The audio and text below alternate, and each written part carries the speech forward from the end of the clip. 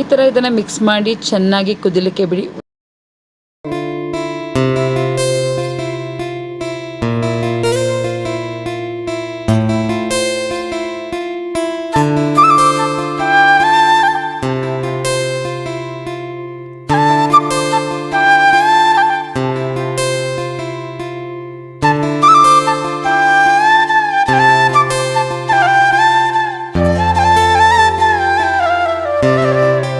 Hi hello guys, welcome back to my channel Bruni Ambuja vlog.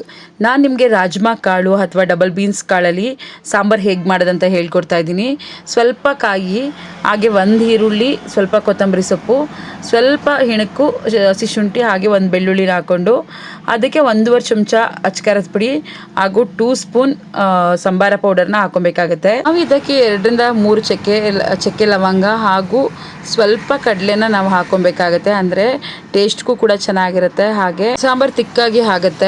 ಚೆನ್ನಾಗಿ paste ಆಗೋ ರೀತಿಯಲ್ಲಿ ಇದನ್ನು ನಾವು ರುಬ್ಕೊಬೇಕಾಗತ್ತೆ. ರುಬ್ಕೊಂಡು ನಂತರ ನಾವು ಸ್ವಲ್ಪ ಆಯಿಲ್ನ ನಾನು ಹಾಕ್ಕೊತೀನಿ. ಬೇರೆ ಆಯಿಲ್ ಆದರೆ ನಾನು ಸ್ವಲ್ಪ ಹಾಕ್ಕೊತೀನಿ, ಕಡಲೆ ಬೀಜದ ಎಣ್ಣೆ ಆದರೆ ನಾನು ಸ್ವಲ್ಪ ಜಾಸ್ತಿ ಹಾಕ್ಕೊತೀನಿ. ಹಾಗೆ ಈ ಥರ ರಾಜ್ಮಾ ಕಾಳು ಅಂದರೆ ಡಬಲ್ ಬೀನ್ಸ್ ಕಾಳನ್ನ ನಾವು ಚೆನ್ನಾಗಿ ತೊಳೆದು ಸ್ವಲ್ಪ ನಾನು ಮೊಳಕೆ ಕಟ್ಟಿ ಇಟ್ಕೊಂಡಿದ್ದೀನಿ. ಅಂದರೆ ಇದು ಆರೋಗ್ಯಕ್ಕೆ ಒಳ್ಳೆಯದು ಅಂತ ಹೇಳಿ ಸ್ವಲ್ಪ ಮೊಳಕೆ ಕಟ್ಟಿ ಇಟ್ಕೊಂಡಿದ್ದೀನಿ. ಅದನ್ನು ಆಯಿಲ್ ಹಾಕಿ ಅದಕ್ಕೆ ಸ್ವಲ್ಪನೇ ಆಯಿಲ್ ಹಾಕಿ ಈ ಥರ ಕಾಳನ್ನ ಹಾಕಿ ಚೆನ್ನಾಗಿ ಹುರ್ಕೊಬೇಕು. ಅಂದರೆ ಚೆನ್ನಾಗಿ ಬೇಯೋ ಥರ, ಅಂದರೆ ಸುಂಡ ಥರ ಮಾಡ್ಕೊಬೇಕು. ನಂತರ ಇದಕ್ಕೆ ಒಂದು ಈರುಳ್ಳಿನ ಕಟ್ ಮಾಡಿ ನಾನು ಹಾಕ್ಕೊತೀನಿ. ಸಾಂಬಾರಿಗೆ ನಾನು ರುಬ್ಬೇಕಾದ್ರೆ ಟೊಮೆಟೊ ಏನು ಹಾಕ್ಕೊಂಡಿಲ್ಲ, ಈ ಥರ ಕಟ್ ಮಾಡಿ ಹಾಕ್ಕೊತಾ ಇದ್ದೀನಿ. ಬೇಕು ಅಂದರೆ ನೀವು 1 ಟೊಮೆಟೊನೋ ಸಾಂಬಾರಿಗೂ ಕೂಡ ಹಾಕೊಬೋದು ರುಬ್ಬೇಕಾದ್ರೆ. ನಂತರ ಇದನ್ನು ಚೆನ್ನಾಗಿ ಮಿಕ್ಸ್ ಮಾಡಿ ಹುರಿಬೇಕು ಈ ಥರ.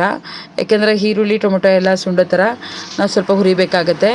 ನಂತರ ಇದಕ್ಕೆ ನಾವು ರುಬ್ಬಿರುವಂಥ ಖಾರನ ಹಾಕ್ಕೊಂಡು ಚೆನ್ನಾಗಿ ಮಿಕ್ಸ್ ಮಾಡಬೇಕು. ಅವತ್ತೇ ಆದರೂ ತಿಳ್ಕೊಳ್ಳಿ, ನಾವು ನೀರು ಹಾಕಿ ತಕ್ಷಣ ಮಿಕ್ಸ್ ಮಾಡಬಾರ್ದು. ನಾವು ಏನು ಖಾರ ರುಬ್ಬಿರ್ತೀವಿ ಅದನ್ನು ಗಟ್ಟಿಯಾಗಿ ಹಾಕಿ ಅದನ್ನು ಸ್ವಲ್ಪ ಮಿಕ್ಸ್ ಮಾಡಿ ಅದು ಸ್ಮೆಲ್ ಹೋಗೋ ತನಕ ಸ್ವಲ್ಪ ನಾವು ಮಿಕ್ಸ್ ಮಾಡಬೇಕಾಗತ್ತೆ ಬಿಸಿನಲ್ಲಿ. ನಂತರ ಅದಕ್ಕೆ ನಾವು ಎಷ್ಟು ಬೇಕೋ ಅಷ್ಟು ನೀರನ್ನ ಹಾಕ್ಕೊಂಡು ಮಿಕ್ಸ್ ಮಾಡ್ಕೊಬೇಕಾಗತ್ತೆ. ನಂತರ ಇದಕ್ಕೆ ನಾವು ರುಚಿಗೆ ತಕ್ಕಷ್ಟು ಉಪ್ಪನ್ನ ಹಾಕ್ಕೊಂಡು ಕುದಿಲಿಕ್ಕೆ ಇಡಬೇಕು. ನಾನು ಲಿಡ್ ಕ್ಲೋಸ್ ಮಾಡಿ ರುಚಿಗೆ ಉಪ್ಪನ್ನ ಹಾಕಿದ ನಂತರ ನಾನು ಲಿಡ್ ಕ್ಲೋಸ್ ಮಾಡಿ ಇಡ್ತೀನಿ. ನಂತರ ಸ್ವಲ್ಪ ಬೆಂದಾದಮೇಲೆ ಇದಕ್ಕೆ ಕೊತ್ತಂಬರಿನ ಹಾಕ್ಕೊಂಡು ಮಿಕ್ಸ್ ಮಾಡ್ಕೊತೀನಿ. ತುಂಬ ಚೆನ್ನಾಗಿರುತ್ತೆ ಟೇಸ್ಟು. ಈಗ ನಾನು ಬ್ರೌನ್ ರೈಸ್ ಜೊತೆ ನಾನು ಇದನ್ನು ಸರ್ವ್ ಮಾಡ್ಕೊಂಡಿದ್ದೀನಿ. ತುಂಬ ಚೆನ್ನಾಗಿದೆ ಟೇಸ್ಟು. ನೀವು ಕೂಡ ಟ್ರೈ ಮಾಡಿ, ಹೇಗಿದೆ ಅಂತ ಹೇಳಿ ಕಮೆಂಟ್ ಮಾಡಿ. Thank you.